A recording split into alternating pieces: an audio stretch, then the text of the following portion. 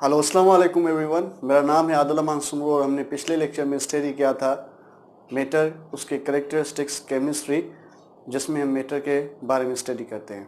आज हम एक दूसरी टॉपिक पढ़ते हैं केमिस्ट्री में, जिसको हम मैटर के अंदर चेंज बोलते हैं। यानी मैटर के अंदर बहुत सारी चीज़ें आती हैं, उसके बाबत आज हम स्टडी करेंगे। तो उस चेंजेस को स्टडी करने से पहले हम ये पढ़ते हैं कि जो मैटर होता है, हमें पढ़ा था, वो कंपोज होता है एक स्मॉल पार्टिकल से जिसको हम मॉलिक्यूल बोलते हैं, और मॉलिक्यूल बने होते हैं एक स्मॉल पार्टिकल से जिसको हम एटम बोलते हैं।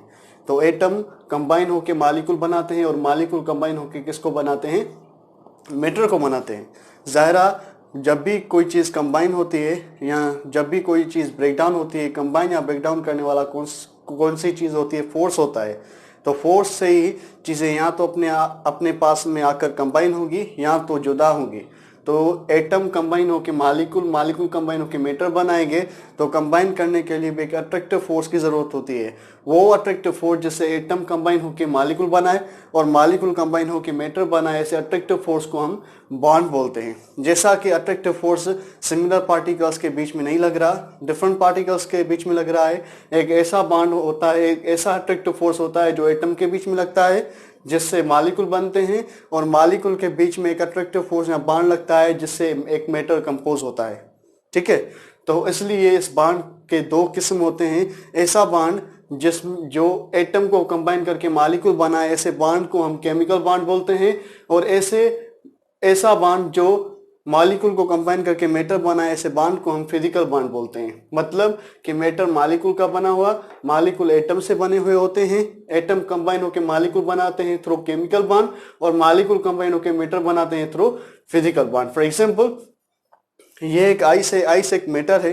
ये कंपोज हुआ होता है एक मॉलिक्यूल के, जिसको हम H2O बोलते हैं। और H2O क्या है? ये मॉलिक्यूल है। और ये H2O कंपोज होता है दो हाइड्रोजन एटम का, एक ऑक्सीजन एटम का। यानी दो हाइड्रोजन एटम और एक ऑक्सीजन एटम जब कंबाइन होंगे केमिकल बॉन्ड के जरिए, वो किसको बनाएंगे? एक मॉलिक्यूल H2O को। जब H2O मॉलिक्यूल अपने आप से कंबाइन होंगे फिजिकल बॉन्ड के द्वारा, तो वो क्या बनाएंगे? एक आइस यानी मैटर को कंपोज करेंगे। ठीक है, तो इसलिए ये मैटर के पार्टिकल्स होते हैं। यानी मैटर को कंपोज करना है तो हमें जो दो चीज रिक्वायर्ड होती हैं, एक पार्टिकल रिक्वायर्ड होता है और दूसरा फोर्स रिक्वायर्ड होता है। मैटर को कंपोज करने वाला पार्टिकल मॉलिक्यूल, और फोर्स कौन होता है? Physical bond. मॉलिक्यूल को कंपोज करने वाला पार्टिकल कौन होता है? एटम। और बॉन्ड कौन सा होता है? केमिकल बॉन्ड, जिससे एटम कंबाइन होकर मॉलिक्यूल बनाते हैं। फिजिकल बॉन्ड से मॉलिक्यूल कंबाइन होकर क्या बनाते हैं? मैटर बनाते हैं। उसके अलावा मैटर किस चीज का बना हुआ है, कौन से पार्टिकल मैटर को कंपोज कर रहे हैं, इस कंस्टिट्यूएंट को हम क्या बोलते हैं? मैटर की कंपोजिशन बोलते हैं। फॉर एग्जांपल, ये आइस है। आइस एक मॉलिक्यूल का बना हुआ है H2O। तो H2O ये पार्टिकल है जो किसको बना रहे हैं? आइस को बना रहे हैं। तो ये आइस जो है, इसके कंपोजिशन क्या होती है? H2O। यानी मैटर जो होता है वो किस चीज का बना होता है, उस चीज को हम उसकी क्या बोलते हैं? कंपोजिशन बोलते हैं। तो मैटर किसका बना होता है? मॉलिक्यूल का। यानी मैटर की कंपोजिशन क्या होती है? मॉलिक्यूल होती है।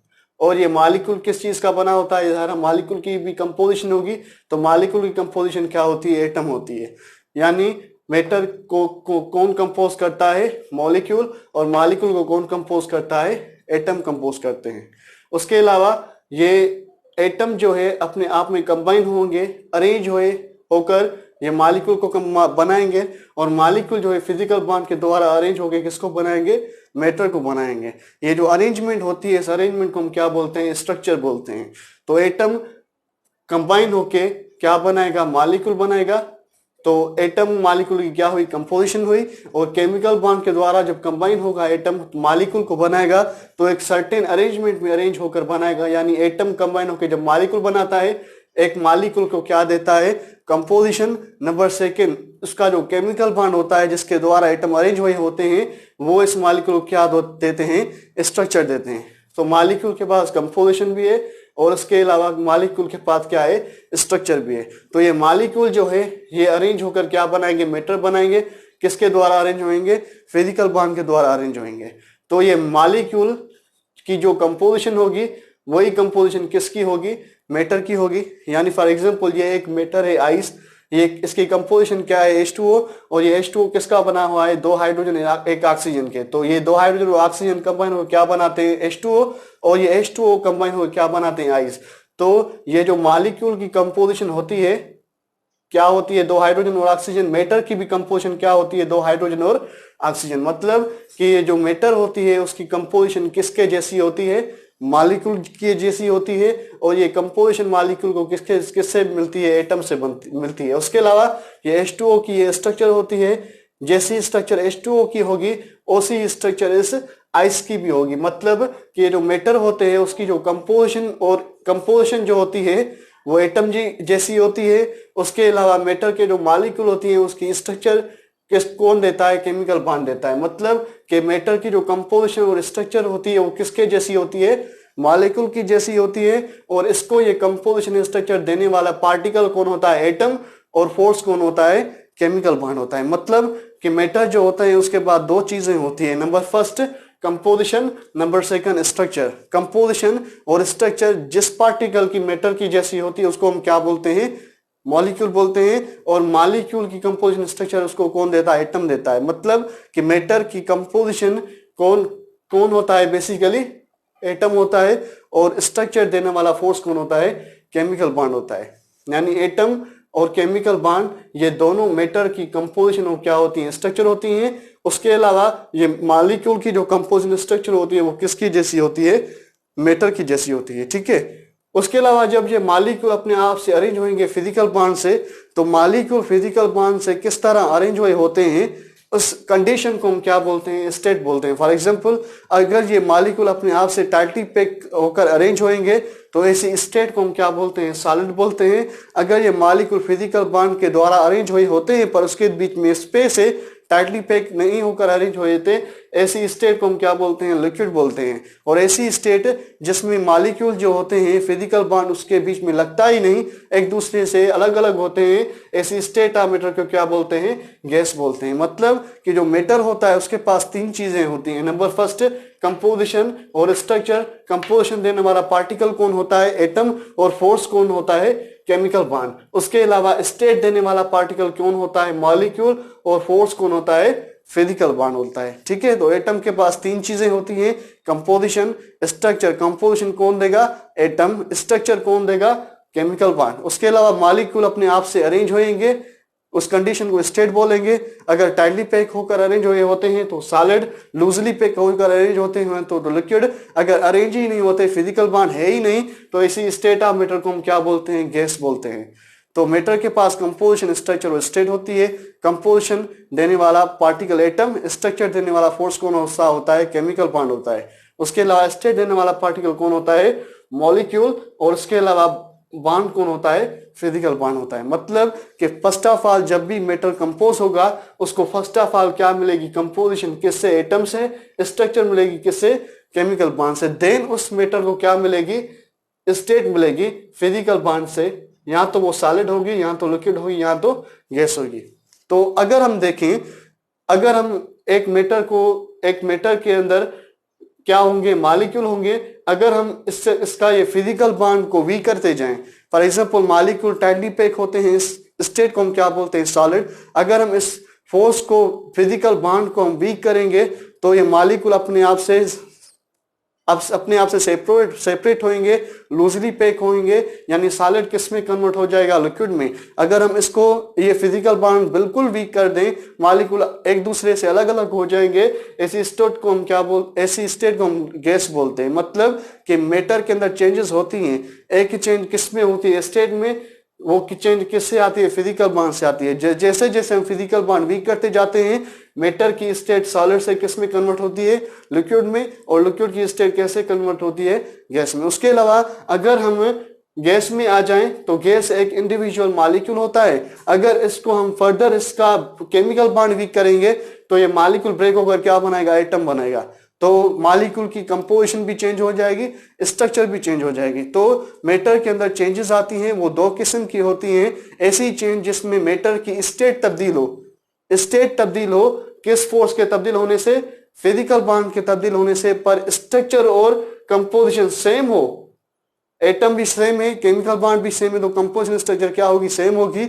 ऐसी चेंज को हम फिजिकल चेंज बोलते हैं। ऐसी चेंज जिस चेंज में मैटर की स्टेट तब्दील हो, यानी सॉलिड लिक्विड में कन्वर्ट हो, लिक्विड गैस में कन्वर्ट हो, फिजिकल बॉन्ड के चेंज होने से पर उसकी कंपोजिशन स्ट्रक्चर सेम रहे, ऐसी चेंज को हम क्या बोलते हैं, फिजिकल चेंज बोलते हैं। और उसके अलावा ऐसी चेंज जिसमें मैटर की कंपोजिशन और स्ट्रक्चर तब्दील हो जाती है, किसको ब्रेक डाउन होने से, केमिकल बॉन्ड्स के ब्रेक डाउन होने से, ऐसी चेंज को हम क्या बोलते हैं, केमिकल चेंज। और जिस प्रोसेस में ये केमिकल चेंज आती है उस प्रोसेस को हम केमिकल रिएक्शन, केमिकल ट्रांसफॉर्मेशन या केमिकल मॉडिफिकेशन बोलते हैं। ठीक है, तो पहली चेंज हम बढ़ते हैं फिजिकल चेंज। ऐसी चेंज जिस चेंज में मैटर की स्टेट तब्दील हो, यानी उसमें सॉलिड किस में कन्वर्ट हो, लिक्विड में, और लिक्विड किस में कन्वर्ट हो, गैस में, ऐसी चेंज को हम क्या बोलते हैं, फिजिकल चेंज बोलते हैं। वो किससे आती है, बेसिकली फिजिकल बॉन्ड से आती है। अब ये चेंज कैसे आती है, इसका मैकेनिज्म क्या होता है, बेसिकली ये चेंज तब आती है जब हम किसी मैटर को हीट देते हैं। जब भी हम किसी मैटर को हीट देंगे, सारा उस मैटर के अंदर जो पार्टिकल होते हैं वो भी मोशन में होते हैं कंटिन्यूअसली, वो रेस्ट में नहीं होती। मोशन के द्वारा जो एनर्जी होती है उसको हम काइनेटिक एनर्जी बोलते हैं। तो जब भी हम किसी मैटर को हीट करेंगे उसके पार्टिकल की काइनेटिक एनर्जी क्या हो जाएगी, इंक्रीज हो जाएगी। यानी जब भी हम किसी मैटर को हीट करेंगे उसकी क्या इंक्रीज हो जाएगी, काइनेटिक एनर्जी, यानी मोशन उन पार्टिकल्स का क्या हो जाएगा, इंक्रीज हो जाएगा। जब पार्टिकल्स का मोशन इंक्रीज हो जाएगा तो एक पार्टिकल दूसरे पार्टिकल्स को हिट करेगा, कोलाइड करेगा, और ये पार्टिकल एक दूसरे से सेपरेट हो जाएंगे, फिजिकल बॉन्ड वीक हो जाएगा, एक स्टेट दूसरी स्टेट में क्या हो जाएगी, कन्वर्ट हो जाएगी। यानी इसका मतलब है कि ये जो फिजिकल चेंज आती है वो तब आती है जब हम किसी मैटर को क्या देते हैं, हीट देते हैं। जब भी हम किसी मैटर को हीट करेंगे तब क्या होगा, उसके अंदर पार्टिकल की काइनेटिक एनर्जी इंक्रीज होगी, मोशन इंक्रीज होगा। मोशन जब इंक्रीज होगा तो पार्टिकल्स के बीच में कोलिजन इंक्रीज होगी। जब कोलिजन इंक्रीज होगी तो मॉलिक्यूल एक दूसरे से सेपरेट हो जाएंगे, फिजिकल बॉन्ड क्या हो जाएगा, वीक हो जाएगा। तब सॉलिड किस में कन्वर्ट हो जाएगा, लिक्विड में, और लिक्विड किस में कन्वर्ट हो जाएगा, गैस में कन्वर्ट हो जाएगा। ऐसी चेंज को हम क्या बोलते हैं, फिजिकल चेंज, जिसमें स्टेट तब्दील हुई, यानी मॉलिक्यूल की अरेंजमेंट तब्दील हुई, किसके तब्दील होने से, फिजिकल बॉन्ड के तब्दील होने से। तो ऐसी चेंज को हम क्या बोलते हैं, फिजिकल चेंज। और ये किससे आती है, इसका एजेंट कौन होता है, हीट एनर्जी होती है। उसके अलावा अगर हम ये हीट एनर्जी ये मॉलिक्यूल से निकालें और प्रेशर को इंक्रीज करेंगे तो गैसेस के मॉलिक्यूल अपने आप से माना गैसेस के मॉलिक्यूल जो है अपने आपस सामने आ जाएंगे और उसके बीच में फिजिकल बॉन्ड एक हो जाएगा, एक्ट करने लगेगा, यानी गैस कन्वर्ट हो जाएगी किसमें, लिक्विड में। अगर हम अगेन हीट एनर्जी डिक्रीज करें, प्रेशर को इंक्रीज करेंगे तो ये जो लिक्विड के मॉलिक्यूल हैं इसके अंदर फिजिकल बॉन्ड और इंक्रीज हो जाएगा, तो ये लिक्विड किस में कन्वर्ट हो जाएगा, सॉलिड में कन्वर्ट हो जाएगा। मतलब कि ये जो फिजिकल चेंज होती है ये ऐसी चेंज होती है जिसमें सॉलिड लिक्विड में कन्वर्ट होता है, फिजिकल बॉन्ड के डिक्रीज होने से। लिक्विड किस में कन्वर्ट होता है, गैस में, फिजिकल बॉन्ड के डिक्रीज होने से। उसके अलावा जब हम हीट निकालते हैं तब ये गैसेस के मॉलिक्यूल की काइनेटिक एनर्जी डिक्रीज होती है, ये अपने आपस सामने आ जाते हैं, उसके बीच में फिजिकल बॉन्ड लगता है, गैस कन्वर्ट होता है लिक्विड में, और लिक्विड किस में कन्वर्ट होता है, सॉलिड में। जैसा कि ये स्टेट एक दूसरे में कन्वर्ट हो सकती है, सॉलिड लिक्विड में और लिक्विड सॉलिड में कन्वर्ट होता है डिफरेंट कंडीशन में, तो ये एक दूसरे में कन्वर्ट हो सकती है। इसलिए फिजिकल चेंज को हम एक रिवर्सिबल चेंज बोलते हैं। मतलब कि सॉलिड लिक्विड में कन्वर्ट होगा, लिक्विड गैस में, तो गैस लिक्विड में भी कन्वर्ट होगी, और लिक्विड किस में कन्वर्ट हो सकता है, सॉलिड में। इसलिए फिजिकल चेंज को हम कौन सी चेंज बोलते हैं, एक रिवर्सिबल चेंज बोलते हैं। और ये चेंजेस आती हैं तब आती हैं जब हम तो यहाँ तो हीट एनर्जी देते हैं, यहाँ तो हीट एनर्जी निकालते हैं। हीट एनर्जी देंगे तो फिजिकल बॉन्ड वीक होगा, सॉलिड लिक्विड में कन्वर्ट होगा, लिक्विड गैस में कन्वर्ट होगा। अगर हम ये हीट एनर्जी निकालेंगे तो गैसेस कन्वर्ट होगी लिक्विड में, और लिक्विड कन्वर्ट होगा किसमें, सॉलिड में। ये हीट एनर्जी के आने जाने से ये फिजिकल चेंज होती है, इसलिए हम फिजिकल चेंज को क्या बोलते हैं, थर्मल चेंज बोलते हैं। ठीक है, तो फिजिकल चेंज क्या हुई, ऐसी चेंज जिस चेंज में मैटर की स्टेट तब्दील हो, यानी सॉलिड लिक्विड में कन्वर्ट हो, लिक्विड गैस में कन्वर्ट हो, फिजिकल बॉन्ड के तब्दील होने से इसी चेंज को हम क्या बोलते हैं, फिजिकल चेंज। और इसमें ये जो चेंजेस आती हैं वो हीट के द्वारा आती हैं, इसलिए हम इस चेंज को हम क्या बोलते हैं, थर्मल चेंज। और इस जब हीट एनर्जी हम डालते हैं और निकालते हैं तब ये चेंज एक स्टेट दूसरी स्टेज में कन्वर्ट हो सकती है, इसलिए हम फिजिकल चेंज को क्या बोलते हैं, रिवर्सिबल चेंज बोलते हैं। तो ये स्टेट कन्वर्ट होगी फिजिकल बॉन्ड इंक्रीज या डिक्रीज होने से, ड्यू टू हीट। तो ऐसा प्रोसेस जिसमें सॉलिड जो है उसको हम हीट करें, फिजिकल बॉन्ड डिक्रीज होगा तो सॉलिड किस में कन्वर्ट हो जाएगा, लिक्विड में। ऐसे प्रोसेस को हम क्या बोलते हैं, मेल्टिंग बोलते हैं। और ऐसा प्रोसेस जिसमें लिक्विड जो है कन्वर्ट हो गैस में, इस प्रोसेस को हम क्या बोलते हैं, बॉइलिंग बोलते हैं। मतलब जब हम किसी ऐसी यानी सॉलिड को जब हीट करते हैं, उसके अंदर फिजिकल बॉन्ड वीक होगा, वो कन्वर्ट होगा लिक्विड में, प्रोसेस मेल्टिंग। और लिक्विड को हीट करेंगे तो वो कन्वर्ट होगा गैस में, तो प्रोसेस को हम क्या बोलेंगे, बॉइलिंग बोलेंगे। उसके अलावा जब हम प्रेशर को इंक्रीज करेंगे, हीट एनर्जी को निकालेंगे तो गैस कन्वर्ट होगी लिक्विड में, इस प्रोसेस को हम कंडेंसेशन बोलते हैं। और लिक्विड जो है उसको हम हीट करेंगे, लिक्विड को से हम हीट निकालेंगे तो लिक्विड कन्वर्ट होगा सॉलिड में, इस प्रोसेस को हम क्या बोलते हैं, फ्रीजिंग बोलते हैं। ठीक है, तो फिजिकल चेंज ऐसी चेंज होती है जिसमें चेंज होती है किसमें, स्टेट में, due to change in physical bond. और फिजिकल बॉन्ड तब्दील होता है ड्यू टू हीट, और इसलिए इसको हम थर्मल चेंज बोलते हैं। जैसा कि एक दूसरे में कन्वर्ट हो सकते हैं, इसलिए हमको रिवर्सिबल चेंज बोलते हैं।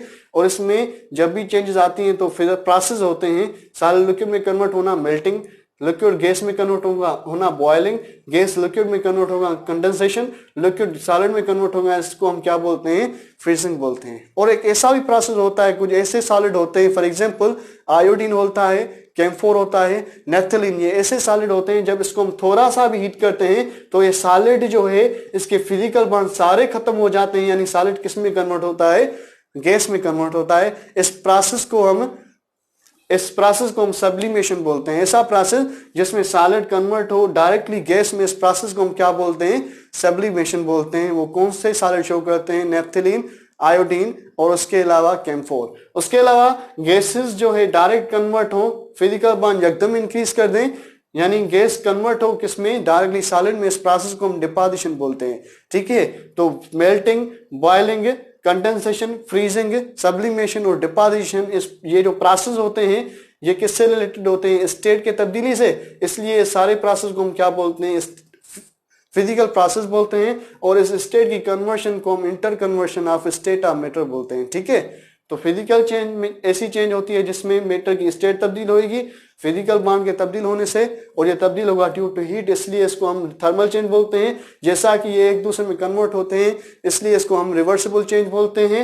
और इसमें जो कन्वर्जन होते हैं उसमें सम प्रोसेस एक्ट होते हैं, उस प्रोसेस को हम फिजिकल प्रोसेस बोलते हैं। और एक दूसरे में कन्वर्शन को हम inter conversion of state of matter बोलते हैं।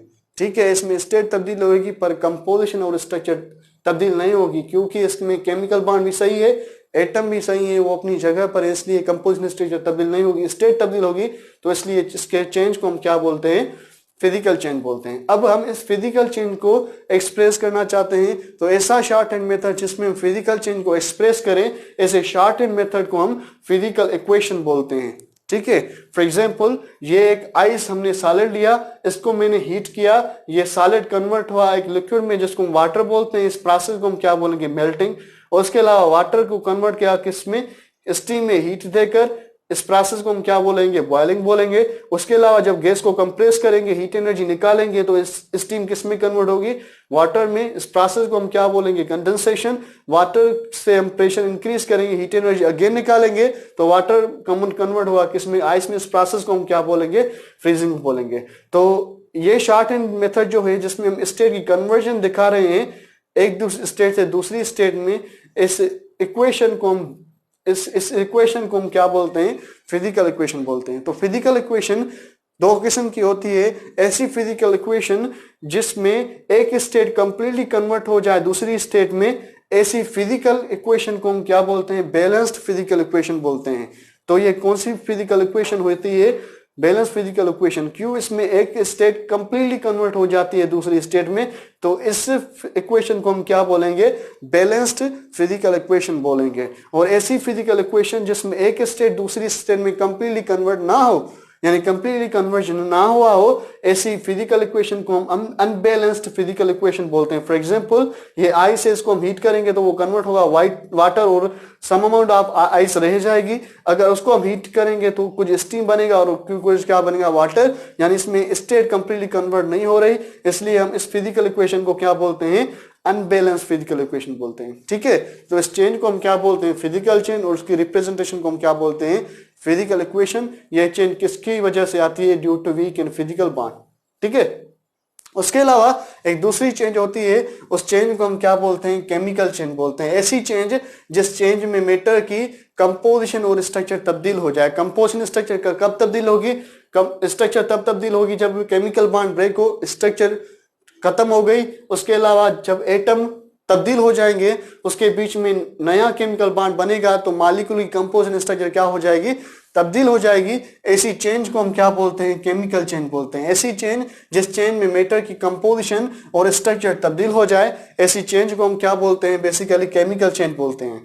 तो ये केमिकल चेंज किस फोर्स की वजह से आती है, केमिकल बॉन्ड की वजह से आती है। जब केमिकल बॉन्ड ब्रेक हो जाएंगे तो मॉलिक्यूल केमिकल बॉन्ड ब्रेक हो जाएंगे तो मॉलिक्यूल कन्वर्ट होगा एटम में। जब एटम यानी स्ट्रक्चर तब्दील हो गई, उसके अलावा जब एटम डिफरेंट आ जाएंगे, उसके बाद बीच में डिफरेंट केमिकल बॉन्ड बनेगा, तो उस मेटर की कंपोजिशन स्ट्रक्चर तब्दील हो जाएगी।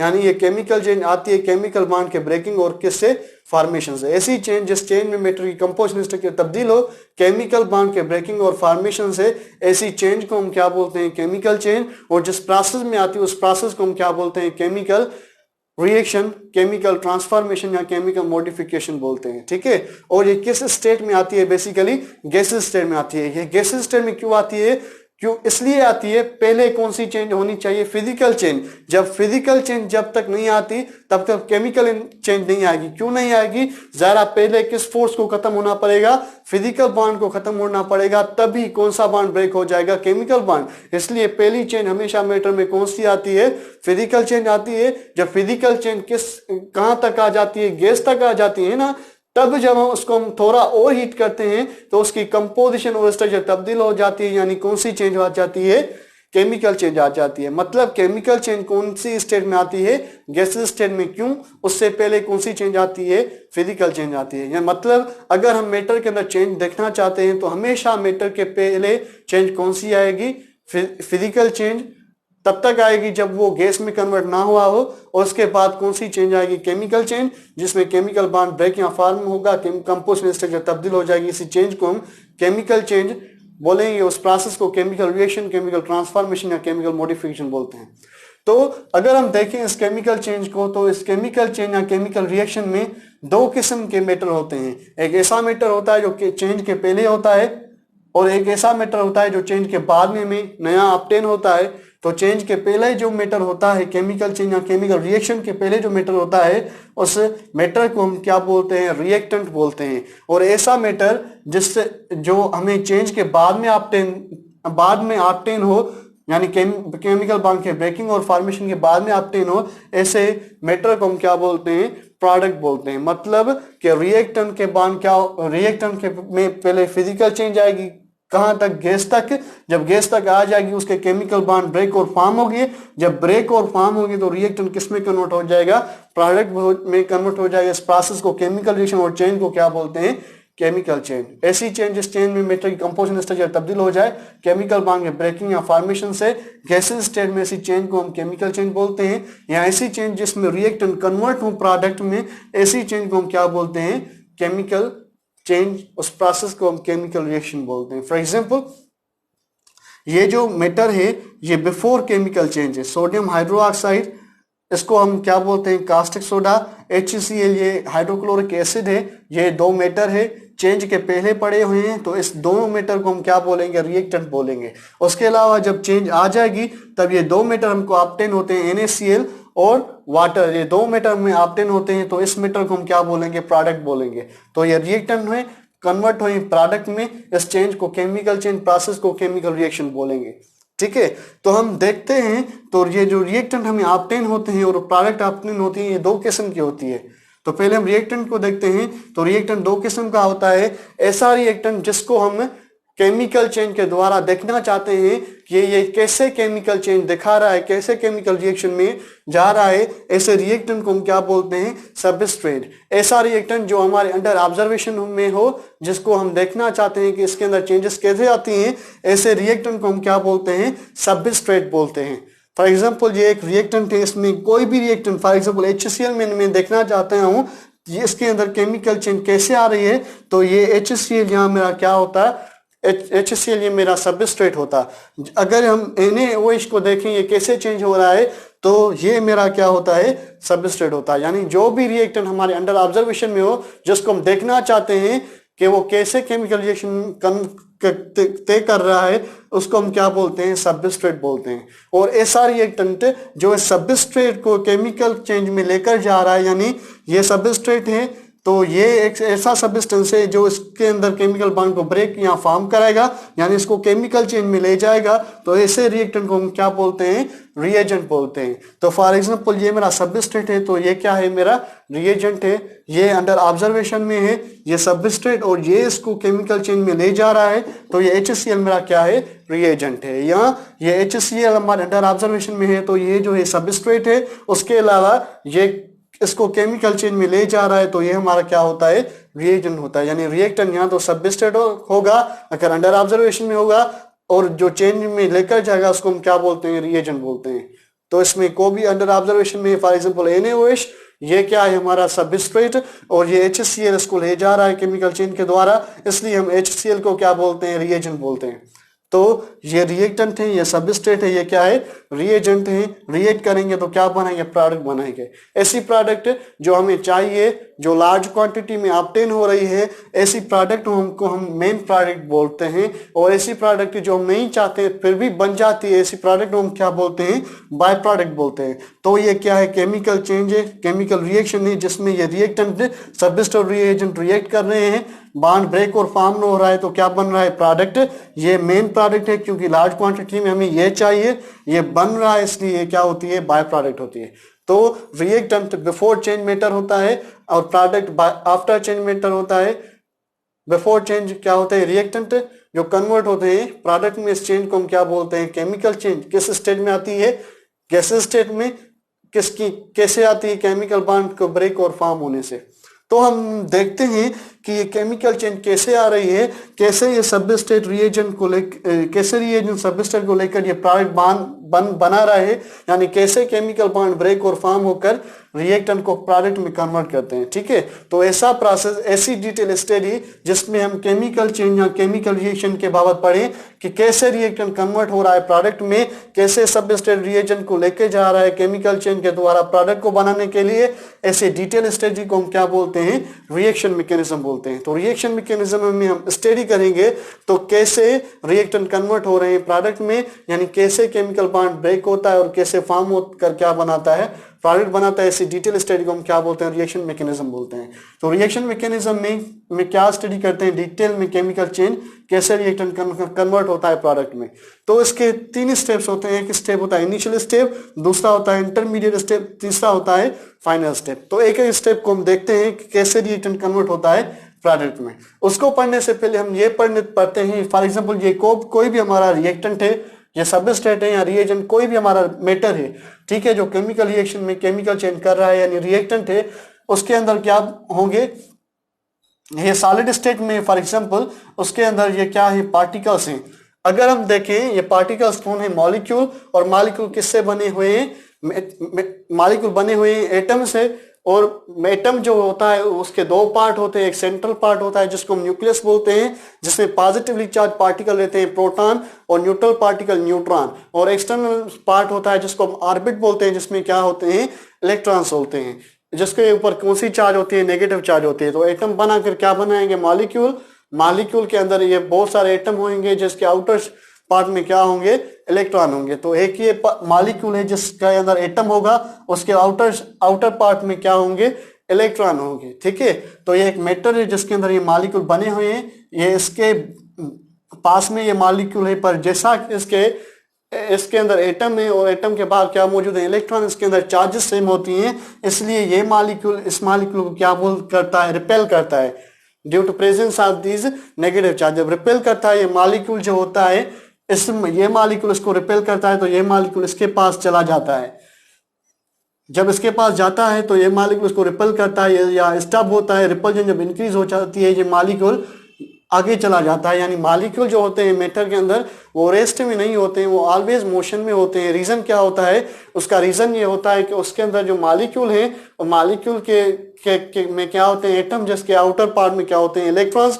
ये इलेक्ट्रॉन एक दूसरे को एक मॉलिक्यूल के इलेक्ट्रॉन दूसरे मॉलिक्यूल के इलेक्ट्रॉन को रिपेल करते हैं, जिसके जिसके जिसके रीजन के लिए मॉलिक्यूल क्या करते हैं, मोशन करते हैं। तो मैटर कौन सा भी हो उसके पार्टिकल रेस्ट में नहीं होते, किस में होते हैं, मोशन में होते हैं। किस लिए, इसलिए कि उसके मॉलिक्यूल में जो एटम के बाहर क्या होते हैं, इलेक्ट्रॉन जो उसके एक दूसरे को रिपेल करते हैं, इसलिए मॉलिक्यूल किस में होते हैं, मोशन में होते हैं।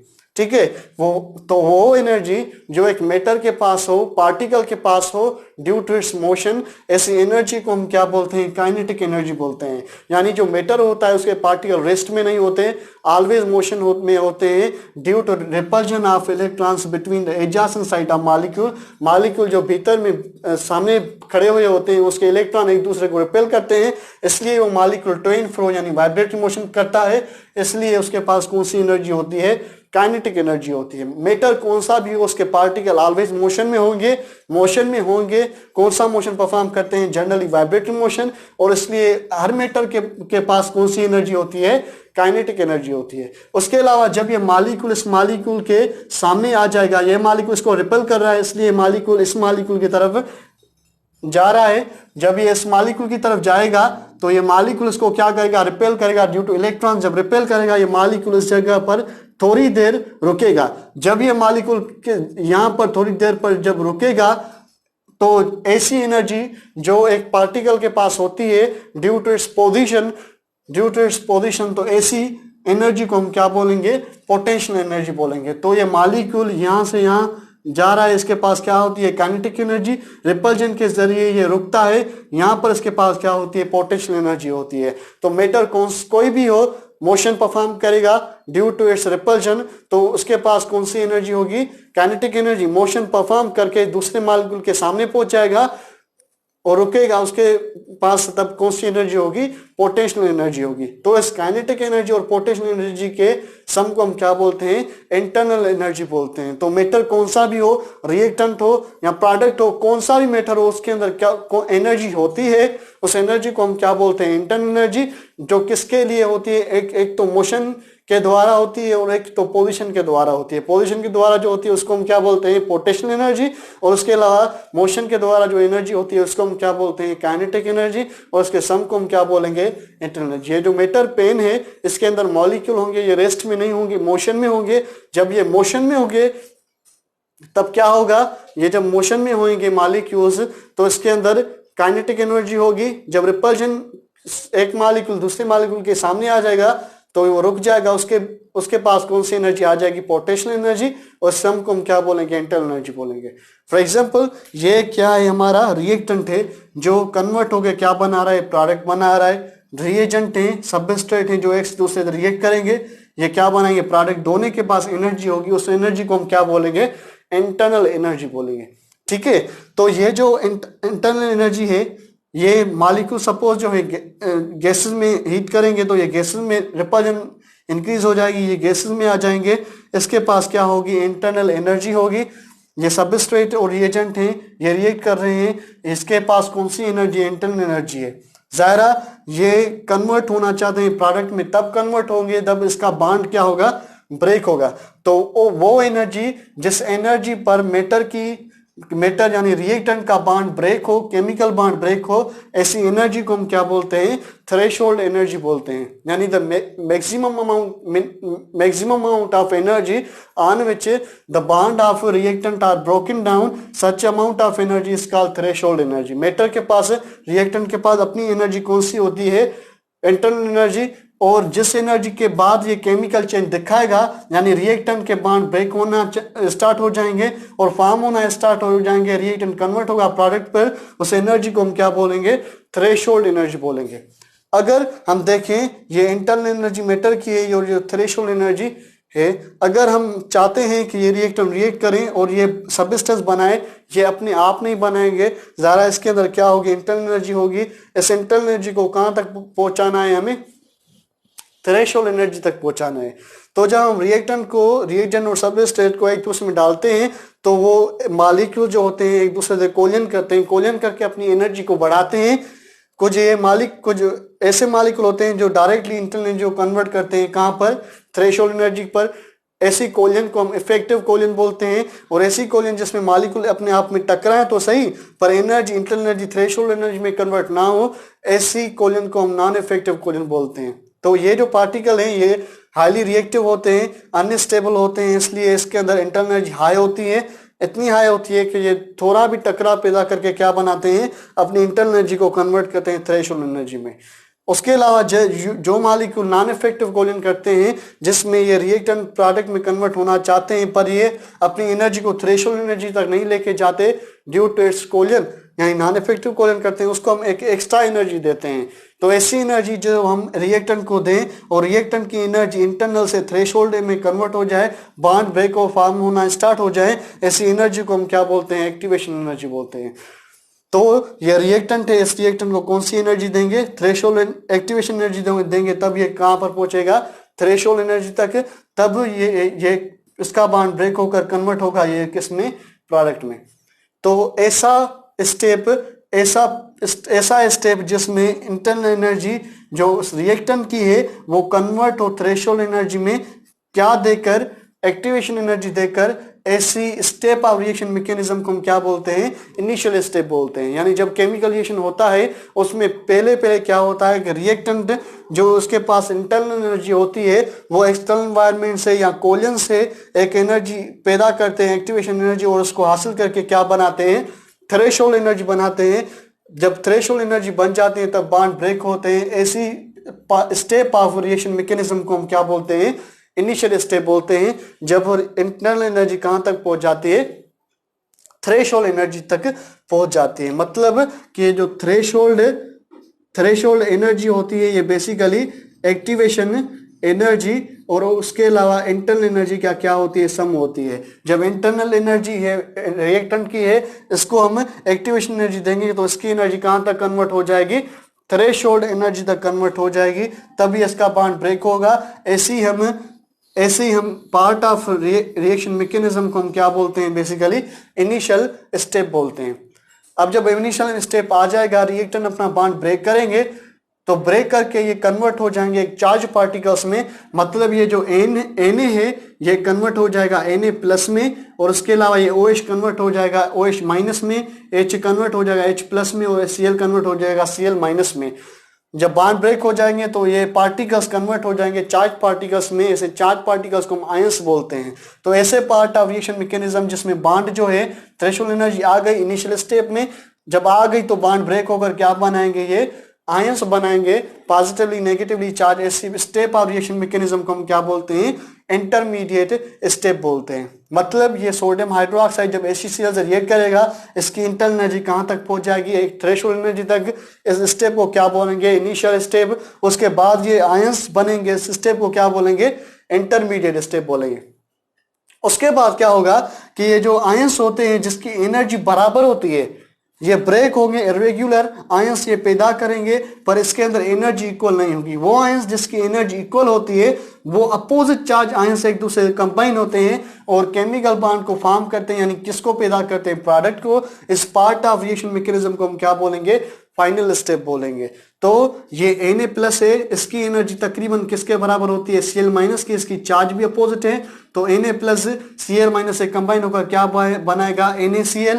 और उसके अलावा OH और H की एनर्जी बराबर होती है तकरीबन, इसलिए ये कंबाइन होकर क्या बनाएंगे, H2O। इस पार्ट ऑफ रिएक्शन मैकेनिज्म को हम क्या बोलेंगे, फाइनल स्टेप बोलेंगे। मतलब ऐसी चेंज में रिएक्टेंट कन्वर्ट होता है प्रोडक्ट में, केमिकल बॉन्ड को ब्रेक और फॉर्म करते हुए कैसे स्टेट में चेंज को केमिकल चेंज बोलेंगे। जिस प्रोसेस में आएगी उस प्रोसेस को केमिकल रिएक्शन, केमिकल मॉडिफिकेशन और केमिकल ट्रांसफॉर्मेशन बोलेंगे। इस डिटेल स्टडी को रिएक्शन मैकेनिज्म बोलते हैं, जिसमें पहले क्या होता है, सब्सटेंस रिएक्टेंट इंटरनल एनर्जी को किसमें कन्वर्ट करते हैं, थ्रेशोल्ड एनर्जी में। इस स्टेप को हम क्या बोलेंगे, इनिशियल स्टेप। और उसके अलावा आयंस पैदा होंगे, उस प्रोसेस को, इस स्टेप को हम क्या बोलेंगे, इंटरमीडिएट स्टेप। और ये अपोजिट आयन जिसकी एनर्जी एक दूसरे की इक्वल होगी वो कंबाइन होकर क्या बनेंगे, प्रोडक्ट। इस part of initial reaction mechanism को हम क्या बोलते हैं, फाइनल स्टेप बोलते हैं। ठीक है, इन तीनों स्टेप में रिएक्टेंट कन्वर्ट होने प्रोडक्ट में, यानी कौन सी चेंज आती है, केमिकल चेंज। और प्रोसेस को क्या बोलते हैं, केमिकल रिएक्शन, केमिकल ट्रांसफॉर्मेशन या केमिकल मॉडिफिकेशन। तो हम ये केमिकल चेंज जो आ रही है इसको हम रिप्रेजेंट करना चाहते हैं। जैसे हम फिजिकल चेंज को शॉर्ट हैंड मेथड में रिप्रेजेंट किया, फिजिकल इक्वेशंस है, ऐसे ही हम केमिकल चेंज को, केमिकल रिएक्शन को रिप्रेजेंट करते हैं शॉर्ट हैंड मेथड से। और शॉर्ट हैंड मेथड को हम क्या बोलते हैं, केमिकल इक्वेशन। ऐसा शॉर्ट हैंड मेथड जिसमें हम केमिकल रिएक्शन या केमिकल चेंज को रिप्रेजेंट करें रिएक्टेंट और प्रोडक्ट को दिखाकर ऐसे इक्वेशन को हम क्या बोलते हैं, केमिकल इक्वेशन बोलते हैं। तो केमिकल इक्वेशन कैसे लिखते हैं हम, पहले ये जो मॉलिक्यूल होते हैं, रिएक्टेंट होते हैं, इसके बीच में हम क्या कौन सी साइन देते हैं, प्लस साइन देते हैं। प्लस साइन क्या बोलती है कि ये दो सब्सटेंस एक दूसरे से रिएक्ट कर रहे हैं, यानी अपने बॉन्ड को ब्रेक कर रहे हैं, करेंगे, यानी ये प्लस साइन बोलती है ये NaOH कंबाइन रिएक्ट कर रहा है किससे, HCl से। तो जब केमिकल ये इक्वेशन रखेंगे तो लेफ्ट साइड पे हम क्या लिखेंगे, रिएक्टेंट, और राइट साइड पे हम क्या बोलेंगे, प्रोडक्ट लिखेंगे। ठीक है, तो रिएक्टेंट जब कंबाइन होंगे उसके लिए क्या रिप्रेजेंट करेंगे, प्लस, इसमें क्या होंगे, इसके बॉन्ड ब्रेक होंगे, और जब बॉन्ड फॉर्म होंगे, ये एरो दिखा रहा है बॉन्ड के फॉर्मेशन को, बॉन्ड फॉर्म होकर क्या बनाएंगे, प्रोडक्ट बनाएंगे, और दो प्रोडक्ट को सेपरेट करेंगे किससे, प्लस साइन से। ये रिप्रेजेंटेशन जो है जिसमें रिएक्टेंट रिएक्ट करके प्रोडक्ट बन रहा है थ्रू एरो, इस रिप्रेजेंटेशन को हम क्या बोलेंगे, केमिकल इक्वेशन बोलेंगे। अगर दोनों साइड से इस सब्सटेंस के मासेस इक्वल हैं, बराबर हैं, यानी नंबर ऑफ एटम इक्वल है, नंबर ऑफ पार्टिकल इक्वल हैं, तो ऐसी केमिकल इक्वेशन को हम क्या बोलेंगे, बैलेंस्ड केमिकल इक्वेशन बोलते हैं। फॉर एग्जांपल ये जो Na होता है, सोडियम जो एटम होता है, इसका मास होता है 23, ऑक्सीजन का मास होता है 16, हाइड्रोजन का मास होता है 1। 23 और 1 क्या होते हैं, 24 और 16 कितने होते हैं, 40, यानी NaOH का मास क्या होता है, बेसिकली 40 होता है, हाइड्रोजन का मास होता है 1, HCl का मास होता है 35.5। तो उसके इसका ओवरऑल मास क्या होता है, बेसिकली 36.5। उसके अलावा हम देखें ये NaCl है, Na का मास क्या होता है 23, प्लस में Cl का मास होता है 35.5। ये किसके बराबर होते हैं, 23 और 35 ये किसके बराबर होंगे, 58.5 इसके बराबर होंगे। ठीक है, उसके अलावा H2O का जो मास होता है वो बेसिकली H2O का मास कितना होता है, 18 होता है। तो अगर हम इसको माना इक्वल करें तो 40 और 36.5 कितने होते हैं, बेसिकली 40 और 36.5 होते हैं 76.5। तो रिएक्टेंट का मास कितना है, 76.5। और उसके अलावा हम इस 58 को 18 में ऐड करेंगे इसको, तो इसका मास भी कितना आएगा, 76.5। यानी रिएक्टेंट और प्रोडक्ट का मास क्या है, इक्वल। क्यों इक्वल है कि एटम बराबर है। ऐसी केमिकल इक्वेशन को हम क्या बोलेंगे, बैलेंस्ड केमिकल इक्वेशन। अगर इसमें एटम का मास बराबर दोनों साइड नहीं है तो ऐसे केमिकल इक्वेशन को हम क्या बोलेंगे, अनबैलेंस्ड केमिकल इक्वेशन बोलेंगे। फॉर एग्जांपल ये एक केमिकल इक्वेशन है जिसमें मैग्नीशियम किससे रिएक्ट कर रहा है, ऑक्सीजन से रिएक्ट कर रहा है, तो क्या बना रहा है, मैग्नीशियम ऑक्साइड। ये केमिकल रिएक्शन है जिसमें रिएक्टेंट कंबाइन होकर प्रोडक्ट बना रहे हैं। पर देखा जाए मैग्नीशियम का जो मास होता है वो कितना होता है, 24। ऑक्सीजन का मास कितना होता है, 32। इसको अगर हम ऐड करेंगे तो ये कितना हो जाएगा, 56 हो जाएगा। अगर हम इसको ऐड करेंगे तो एक मैग्नीशियम का मास कितना होता है, बेसिकली 24। ऑक्सीजन का मास होता है 16। 24 और 16 कितने होंगे, 40 होंगे। मतलब तो रिएक्टेंट और प्रोडक्ट के मास बराबर नहीं है। ऐसी केमिकल इक्वेशन को हम क्या बोलेंगे, अनबैलेंस्ड केमिकल इक्वेशन। तो इंपॉर्टेंट केमिकल इक्वेशन जो हमें कंप्लीट बनाते हैं, कितने अमाउंट रिएक्टेंट के प्रोडक्ट में कन्वर्ट हो रहा है, वो कौन सा होता है, बैलेंस केमिकल इक्वेशन होता है। ये किसकी रिप्रेजेंटेशन होती है, केमिकल चेन की रिप्रेजेंटेशन होती है। Thank you very much.